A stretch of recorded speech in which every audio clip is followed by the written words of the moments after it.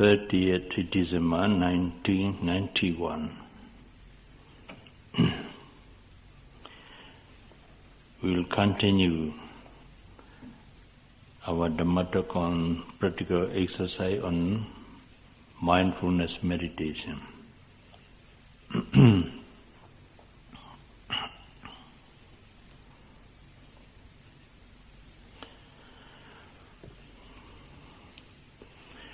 When you sit for meditation,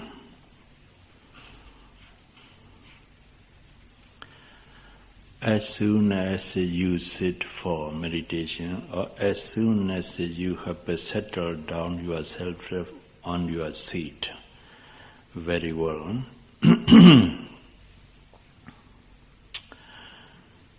you should keep your body straight, erect. The head and neck also must be kept in a straight position.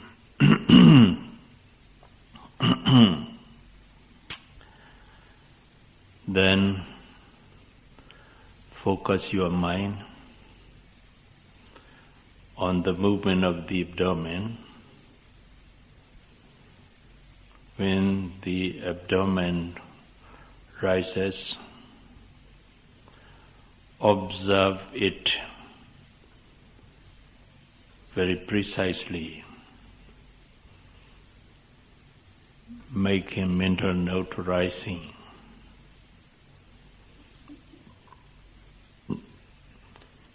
Observing here means knowing the movement of the foot. The movement of the abdomen. Very precisely and closely. Knowing and observing the movement of the rising movement of the abdomen. Make a mental note rising when it falls back. Then follow the movement of falling movement of the abdomen with your mind very closely, precisely, and note falling in this way, rising, falling. I repeat this point because some of meditators get puzzled as to be mindful of the abdominal movement.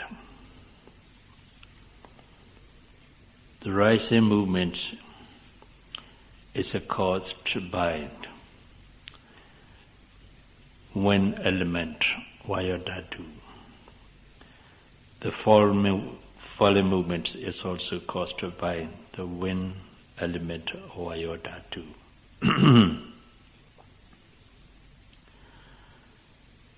To realize the movement of a rising process, the movement of falling process, we have to observe it as it really occurs.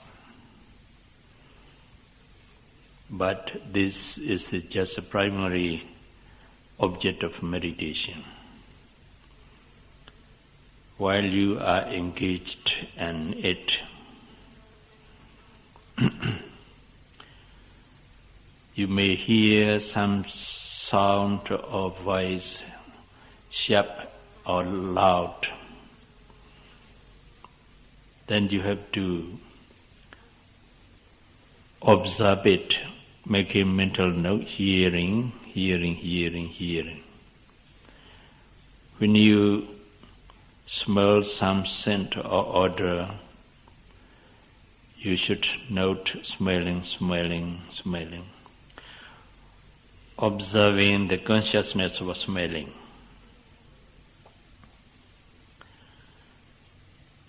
Seeing and a visible object means consciousness of seeing. When we make a mental note, seeing, then we observe the consciousness of seeing the object.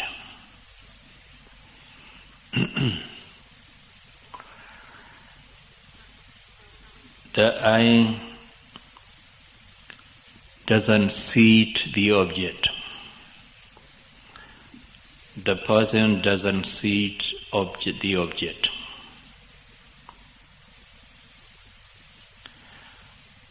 What does see the object is the consciousness.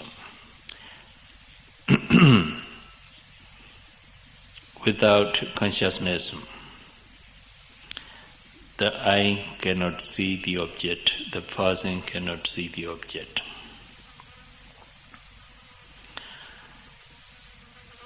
Suppose we have the dead body of a person here lying down on the floor. Then we will show a piece of paper for him to look at it.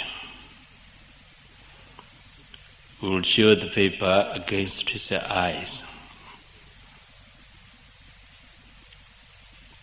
He has eyes.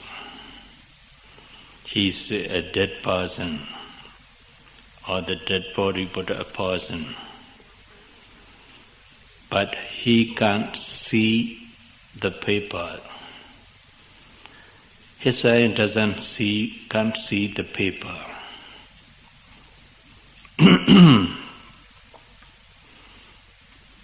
Why? Because he has no mentality. If he has a mind,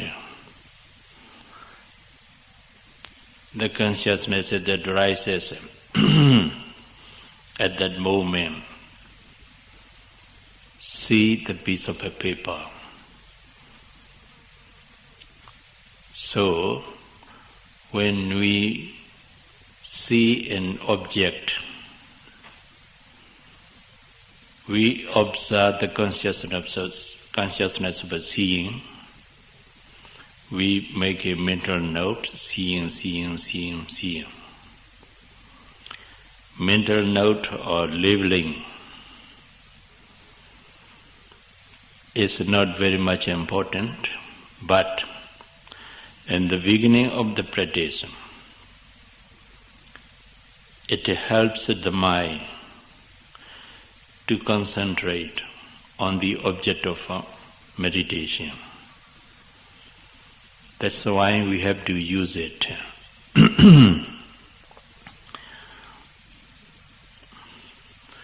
This labeling or noting is called Tajya Panyati in Pali. Tajya Panyati. Tajya Panyati means conventional usage,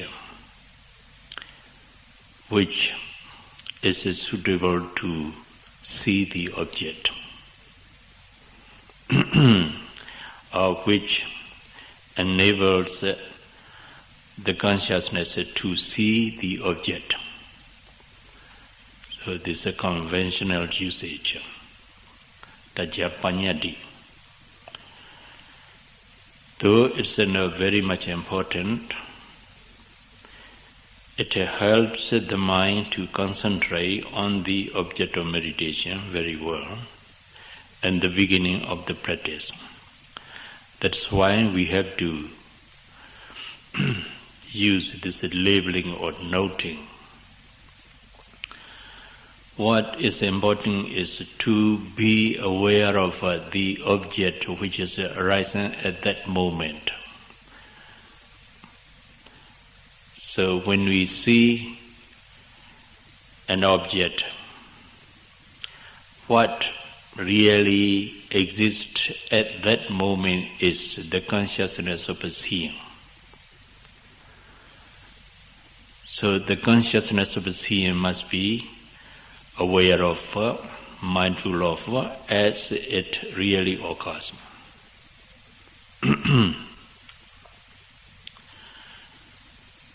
To be able to be aware of the consciousness of seeing very well, we have to make a mental note, seeing. This labeling, noting, helps the mind to concentrate on the consciousness of seeing.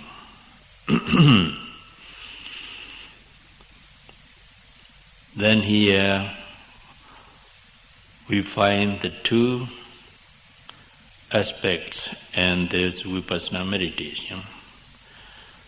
The first is knowing or being mindful of, being aware of the object as it is.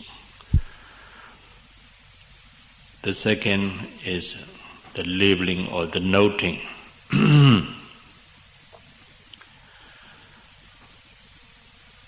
The noting helps the mind to know the object very well. But when your meditation experience is in advanced stage, your concentration is extremely good.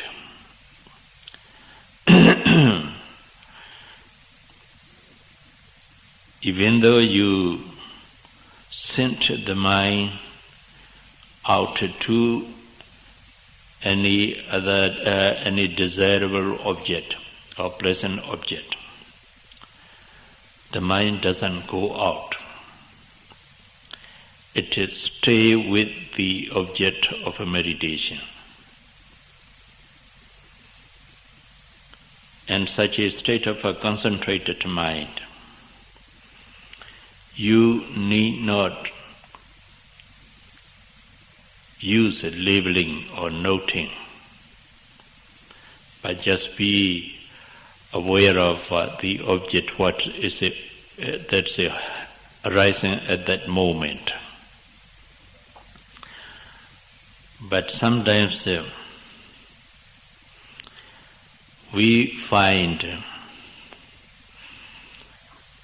the mind, the noting mind, without labeling or noting, doesn't stay with the object very deeply and attentively, and it doesn't penetrate into the object. Then the labeling or noting helps the mind to penetrate into the object of meditation very deeply. In such a case, labeling or noting is very much beneficial for meditator to have a deep concentration of a mind into the object of meditation.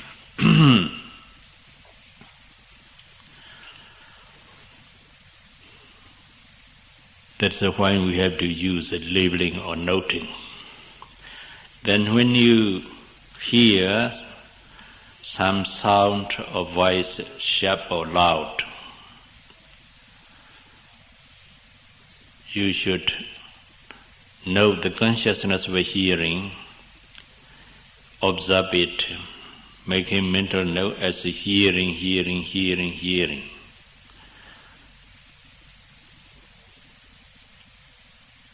Observing the consciousness of hearing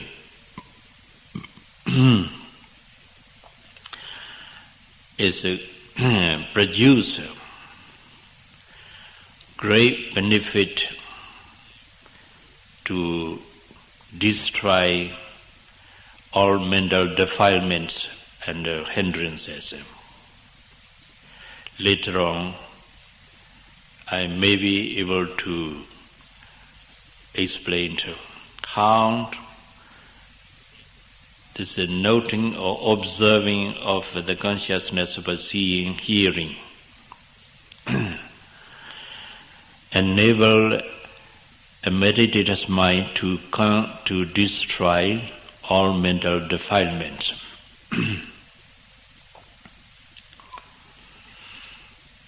The Lord Buddha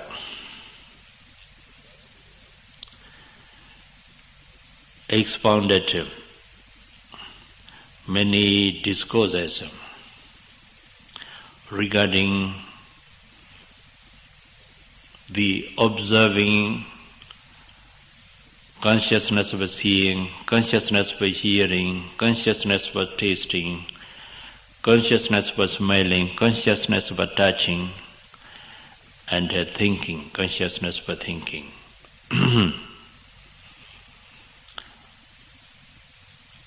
When you observe whatever you see, whatever you hear, whatever you smell, whatever you taste, whatever you touched, whatever you think about,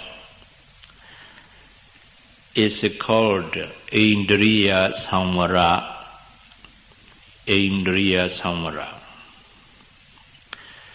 Indriya here means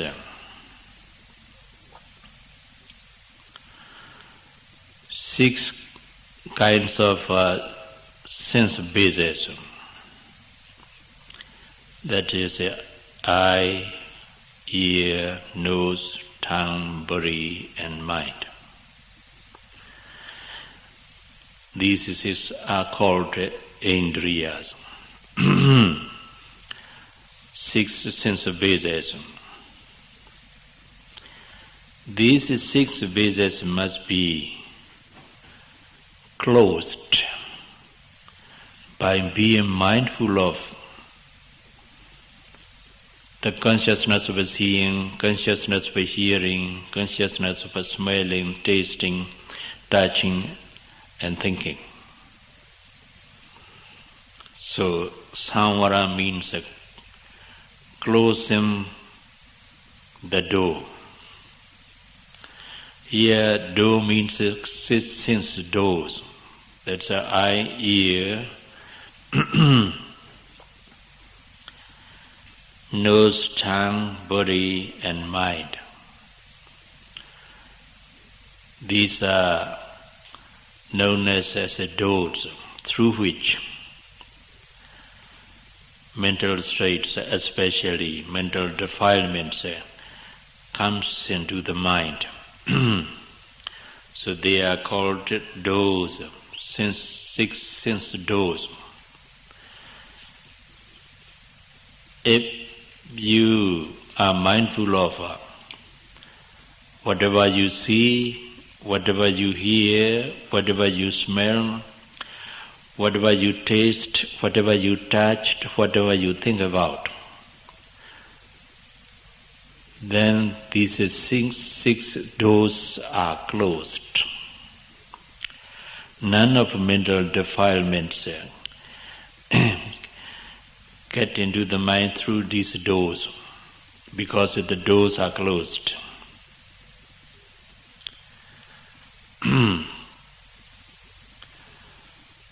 These doors are closed with mindfulness.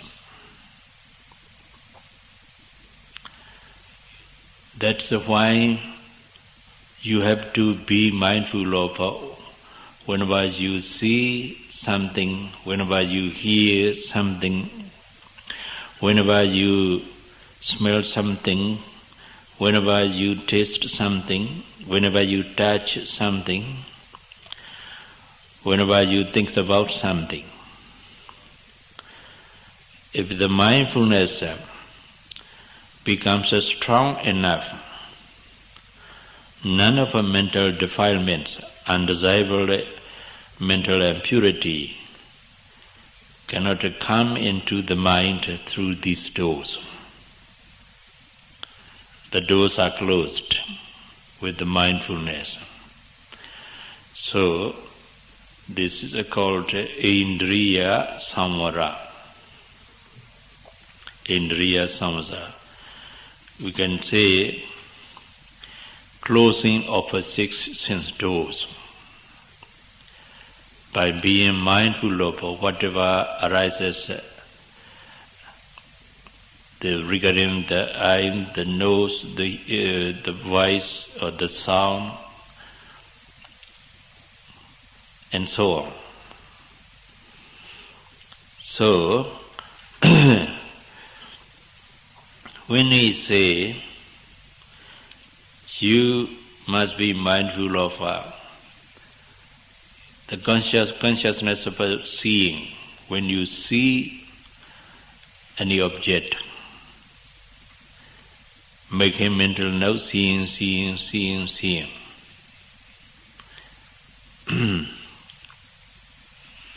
You may not be able to understand what the purpose of this noting of the consciousness of seeing.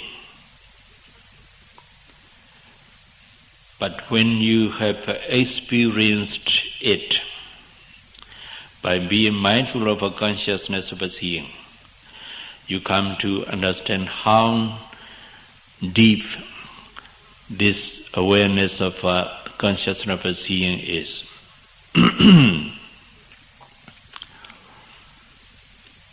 So while you are sitting,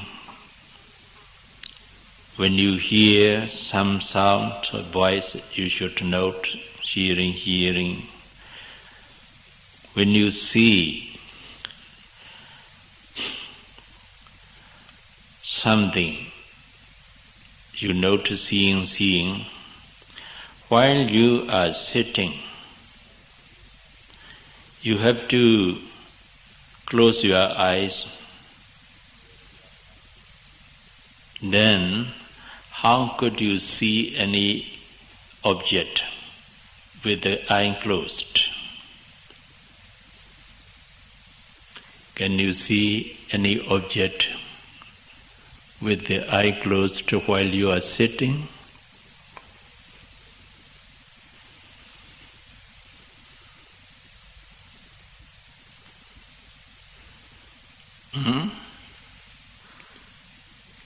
Now, please close your eyes and then look at me with the closed eye. Could you see me? No. Yes. You cannot see me with your eyes, but you can see me in your mind. Is there? Yes. That consciousness of seeing also must be noted. Seeing until that image has disappeared. Only after it has disappeared, you return to the primary object, note as usual. Then when you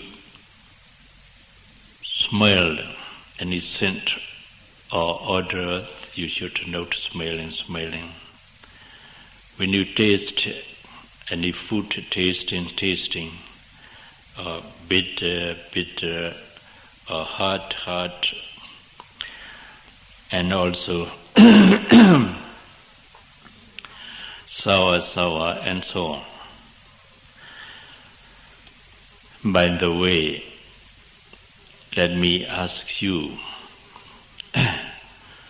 when you touch the fire, you feel cold or hot? Hot. When you touch the chili,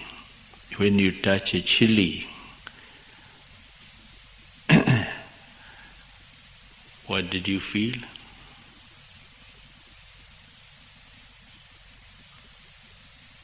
When you touch chili, did you feel hot or cold? Do you feel hot or cold?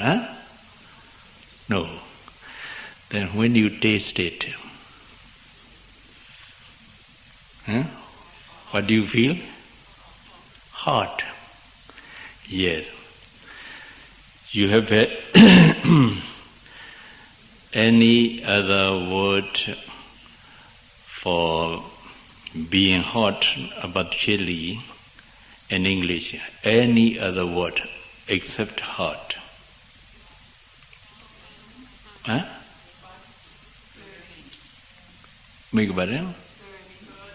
Burning. Burning is it hot, very hot. Burning. Yes.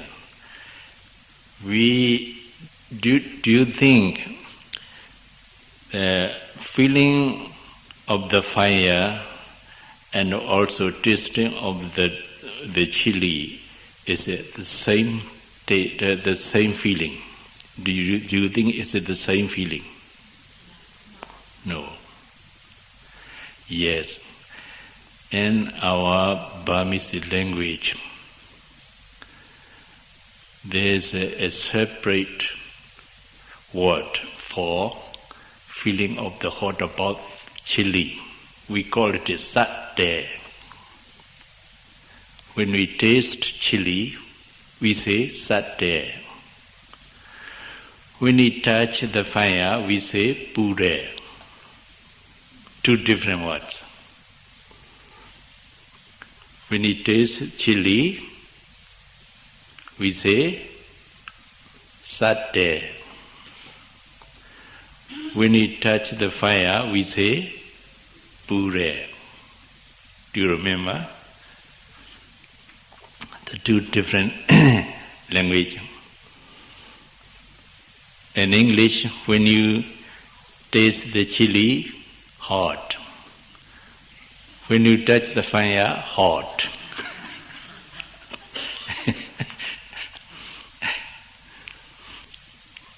I want to know any other words except hot for chili. Burning also hot. It means hot. Yes. When you taste chili while you are taking your meal, then you should note hot.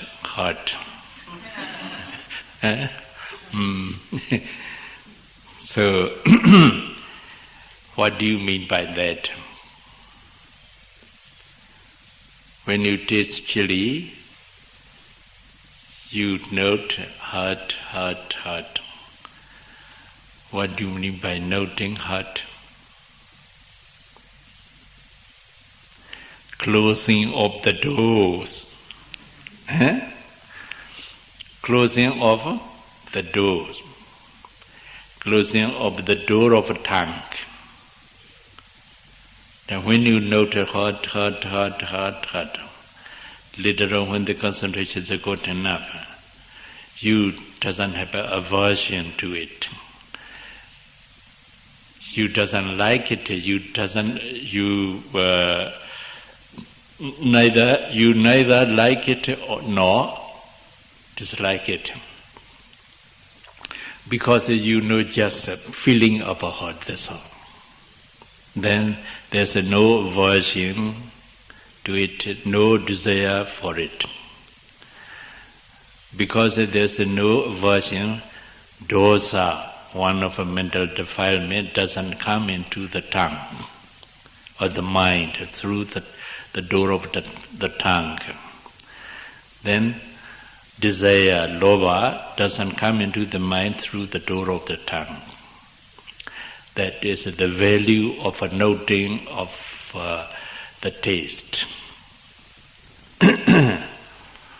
So it means the closing of the door. This word, Indriya Samvara, is very, very abundantly used by the Buddha in his almost all discourses, because it's very much important to close the doors. And could you close the doors?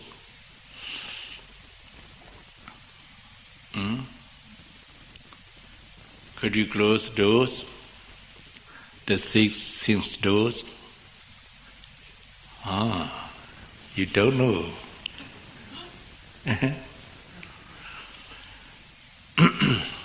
Very easy. Yes. When you see note seeing, then when you hear something, note hearing, that's the closing of the door. I think now you come to understand how to close the door. Huh?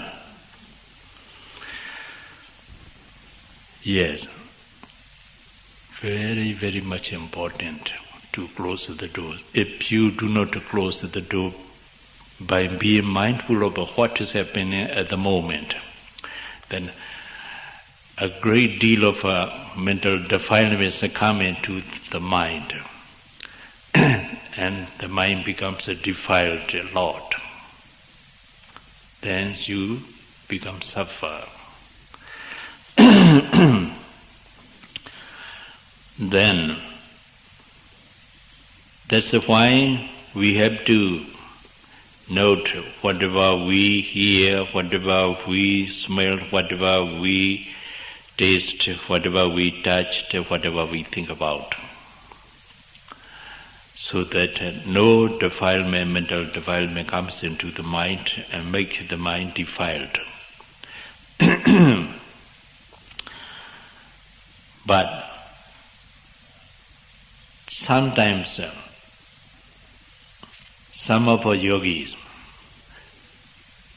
though they are closing their eyes while they are sitting,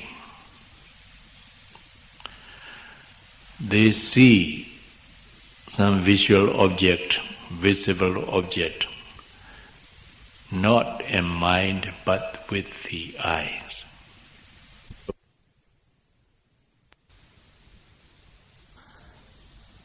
While he is sitting, he often opens his eyes. Then this meditator can see the object with his eyes. Huh? Yes, especially to look at watch. Huh? Especially to look at watch. One of my meditation students,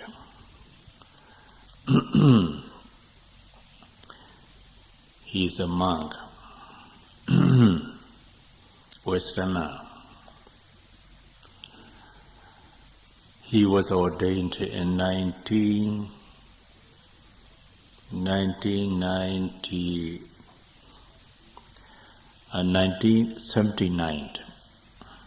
was ordained. He's still a monk. He has been practicing vipassana meditation very long time.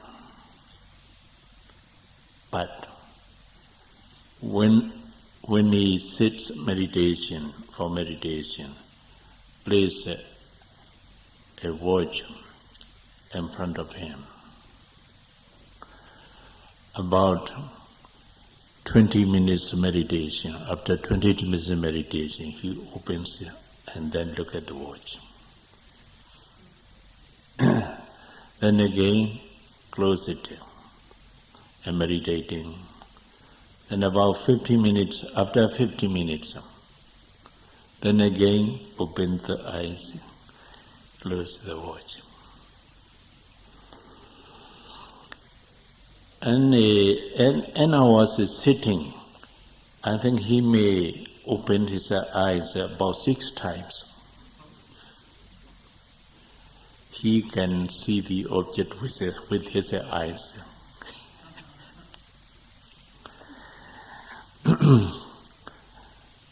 How do you think?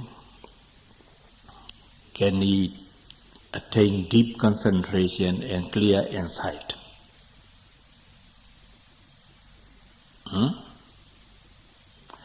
Can he attain deep concentration and clear insight?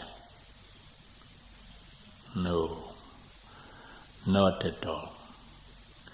He has been practicing meditation many years. he hasn't attained anything. So what I mean is that, and as sitting, do not open your eyes even once.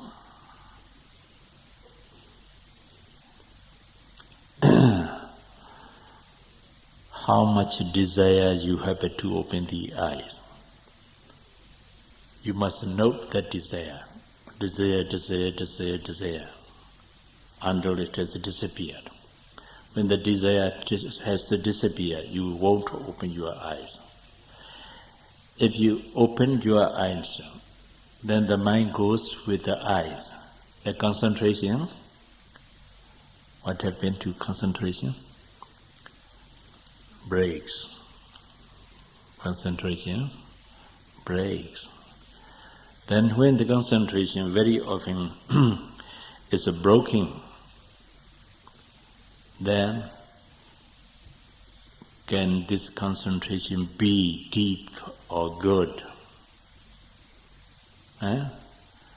It can be deep.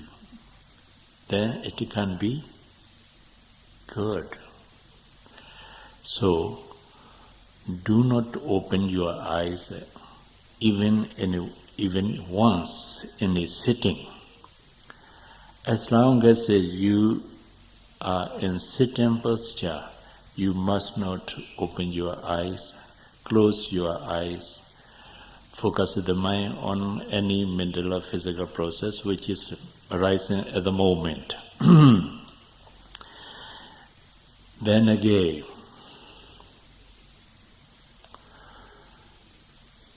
though you do not open your eyes in sitting, sometimes some of the meditator moves his body or his leg or his hand as if unconsciously. Actually, it's consciously done. Say, sitting. Then he lifts, rub there, then put it down. He's not aware of it. He's not aware of it. But his mind knows it.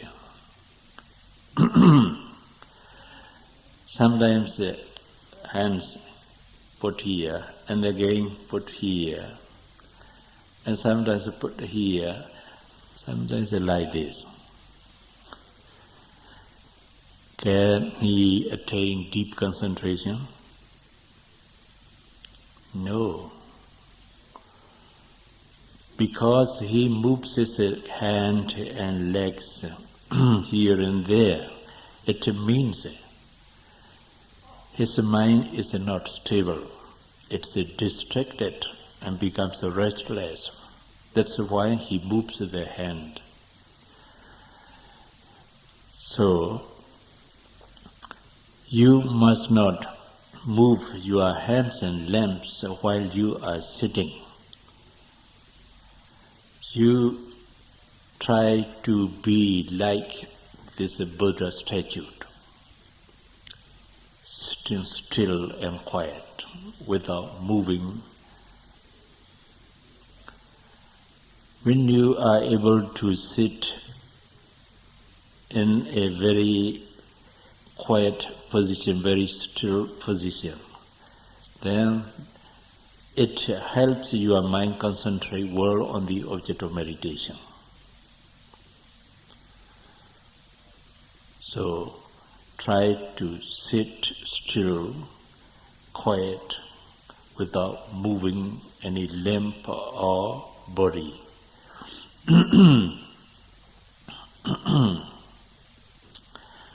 But there's an exception.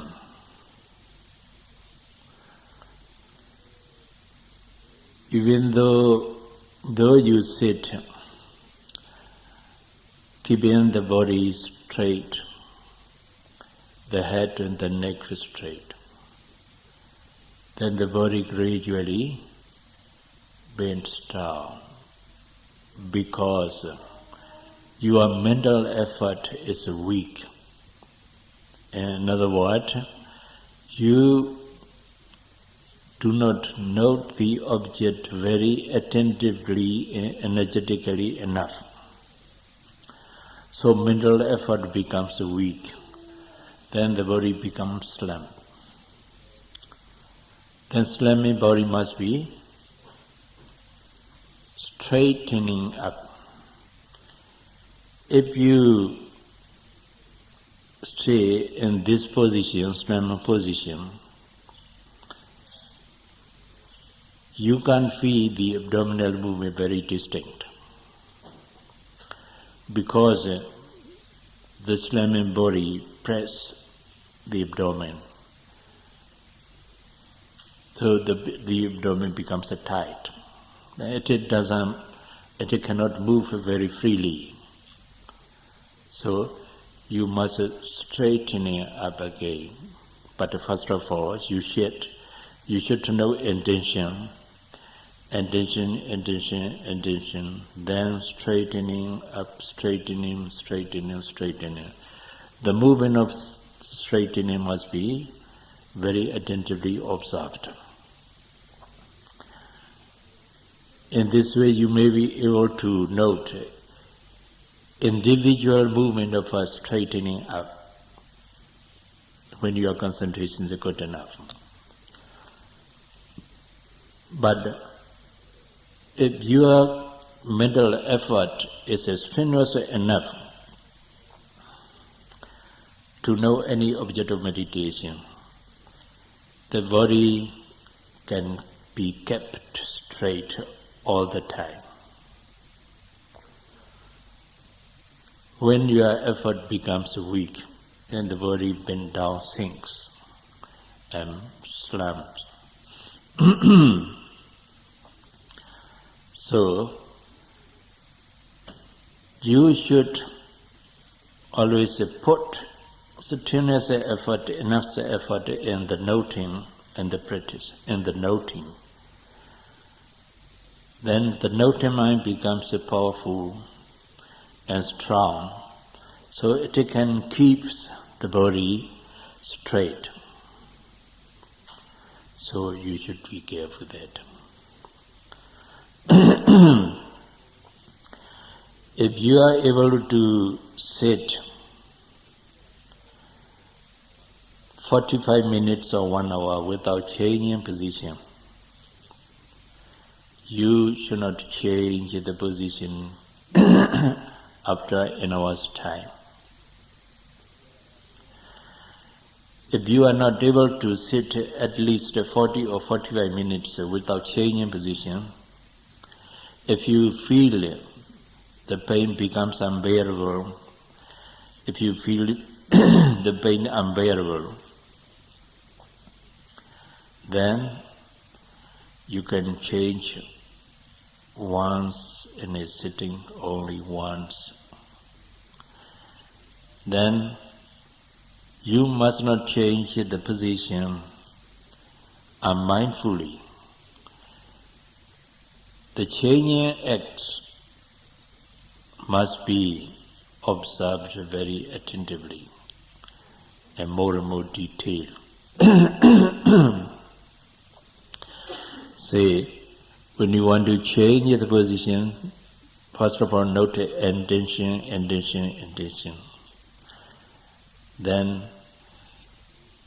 you will move the legs, then moving. And you will move another leg moving. And this way you have to observe all actions and movements involved in the act of changing position. After you have settled down again on your seat, then you should continue to note rising, falling, and so on. After 10 minutes meditation, if you feel to change your position second time because of the unbearable pain, you must not change it twice. You must not change the second time. Get up and practice a walking meditation that is more beneficial for you. Because if you change the position in second time, it's too much for you. The changing of the position becomes a habitual. Then that habit comes along with you all the course of a meditation.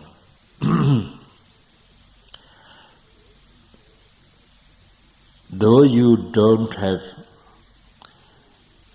any painful sensation, unpleasant physical sensation, because your meditational experience is an advanced stage. An advanced stage. You feel desire or tendency to change a position because of that bad habit of a changing position.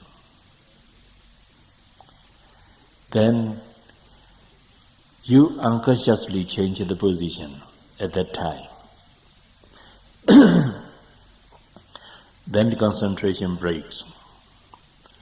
So, do not change position second time, but even once it's better not to change even once in a sitting.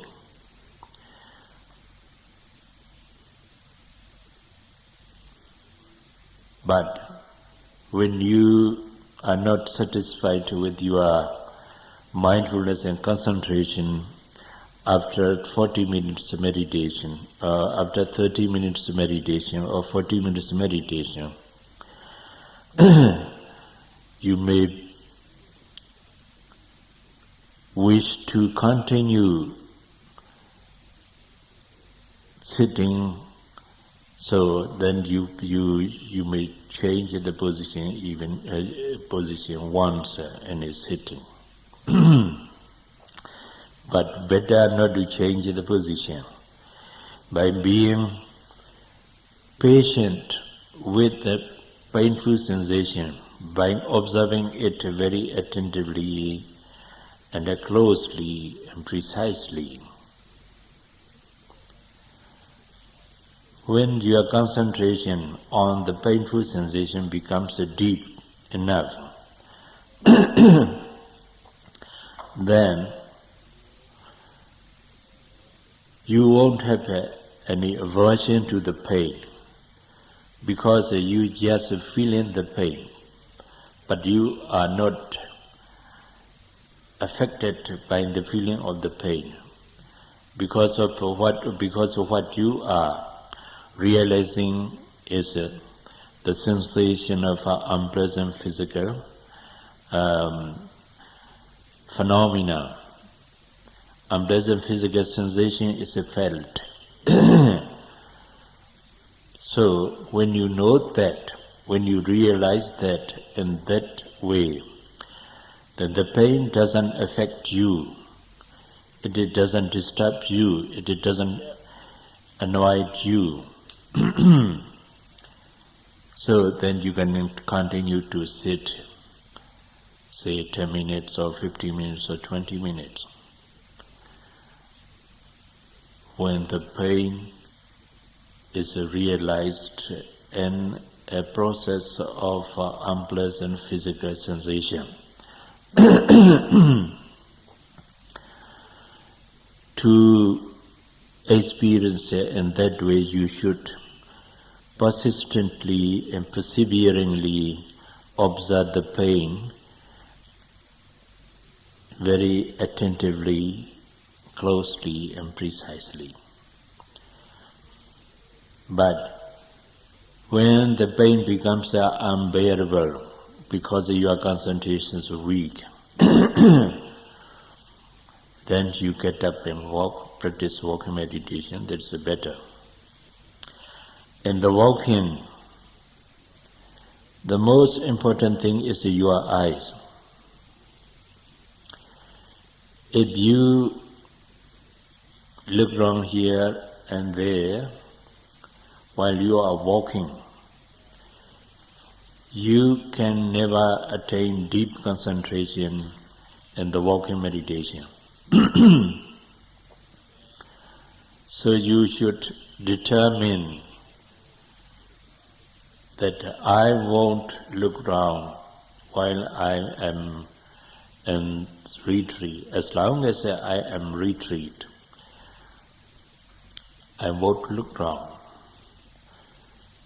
When I say you must not look round while you are walking, practicing walking meditation back and forth, then you may hold that.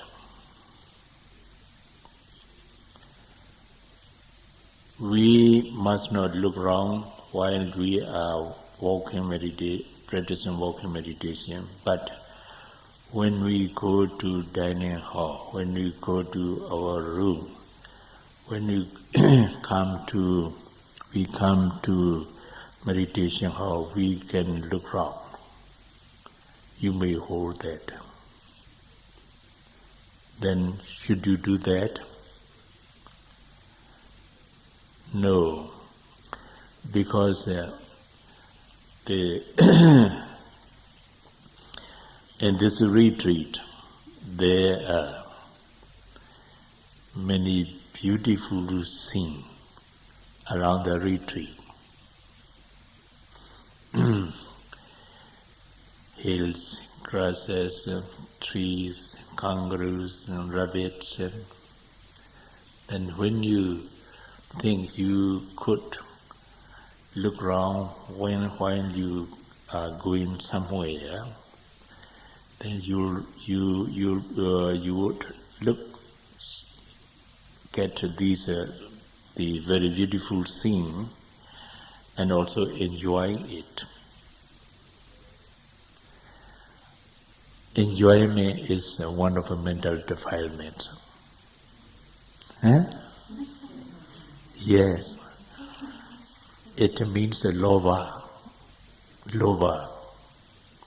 desire, enjoyment. So we are trying here, making utmost effort to destroy all mental defilements by being mindful of what is happening to our body and mind as it really is. But the enjoyment of the beautiful scene destroying all the aim of our meditation. Is it right? So, should you enjoy the beautiful scene around that retreat? No. If you have a desire to enjoy it, what should you do? Note it, yes. Note it, desire until the desire has disappeared. If desire has disappeared, you won't look wrong. So, in the walking meditation, in the beginning of the practice, you should note left and right about 10 minutes. It means when you move left foot, the movement of left foot must be noted, making mental note left.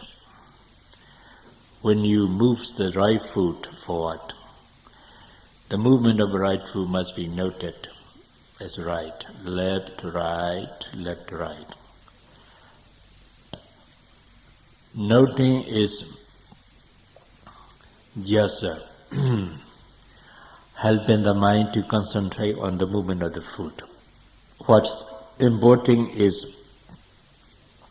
knowing the movement, being aware of the movement, being mindful of the movement is the important. So, observing the movement of the foot, note left, right, about 10 minutes. And then, after 10 minutes noting, you should note one more object, lifting, dropping. When you lift the foot, observe it, noting, lifting. When you drop it down, then observe it and make a mental note, dropping. In this way, lifting, dropping, about 10 minutes. After that, you should note lifting, pushing forward and dropping. When the foot is lifted, observe it, lifting. When the foot is pushed forward, observe it, pushing. When the foot is dropped down, observe it, dropping. Lifting, pushing, dropping, lifting, pushing, dropping.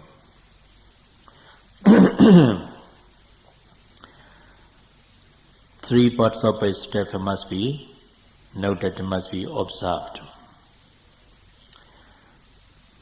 Said about 20 minutes. After that, note lifting, pushing, dropping, touching, pressing. When the foot is dropped, no dropping. When the foot touches the ground or the floor, touching. When you press the front foot to lift the other foot, then no pressing. After you have noted pressing, then you will have to note lifting. That's the very beginning of a lifting movement of the foot, the other foot, lifting. Lifting, pushing, dropping, touching, pressing, until the end of walking meditation. In this way, when you are able to note these parts of a step very well, then you should increase your noting. Say, when you lift the foot, when you lift the heel of the foot, observe it, lifting. When you raise the toe also, then you note the raising. Lifting, raising, then pushing, dropping, touching, pressing. Then, when you are able to note all these parts of the steps very well, then you should note intention. Intention, lifting, raising, pushing, dropping, touching, pressing, and so on. But you know yourself whether you are able to know all these parts of the steps very well. It depends on you. If you have to strain too much to be able to know all these parts of the steps, it's not correct. It's not right. You mustn't do that. You must reduce the objects. Say lifting, pushing, dropping, touching. That's all. It depends on you. You need not strain too much to be aware of all these parts of a step. Then you should do it. There also you can note Intention lifting, intention raising, intention pushing, intention dropping, touching, intention pressing. Noting the intention before every movement. If you find the intention, note it. If you do not find it, you do not note it. But you have to slow down. Your stepping should be very, very slow so that you can note all these intentions before every action. In the same way,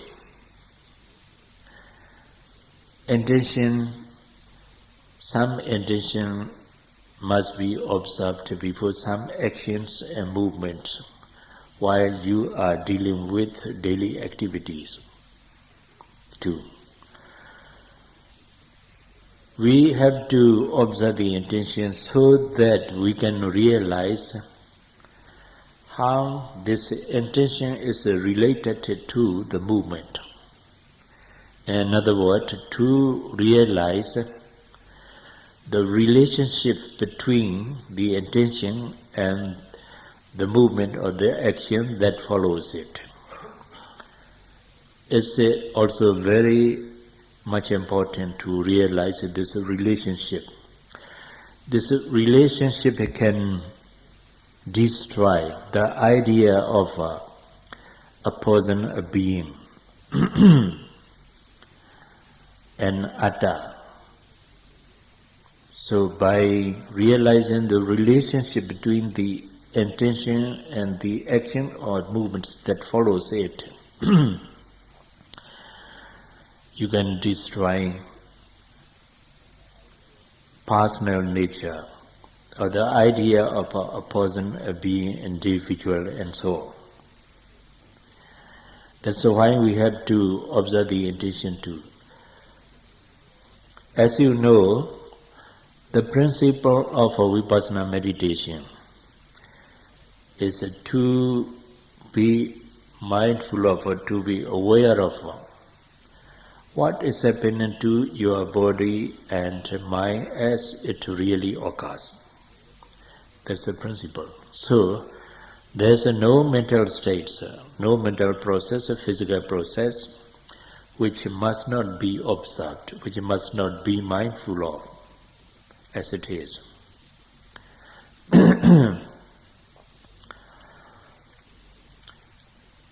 When a samatha meditator takes for sometimes say about 2 months or 3 months or 6 months to practice, he may attain very deep concentration by means of samatha meditation. That deep concentration or the highest concentration is called jhana. This is also one of the mental states which must be observed as it is. But when you have a jhana, it's very difficult to observe this jhana because the jhana is very much powerful for you. So when you observe it, you have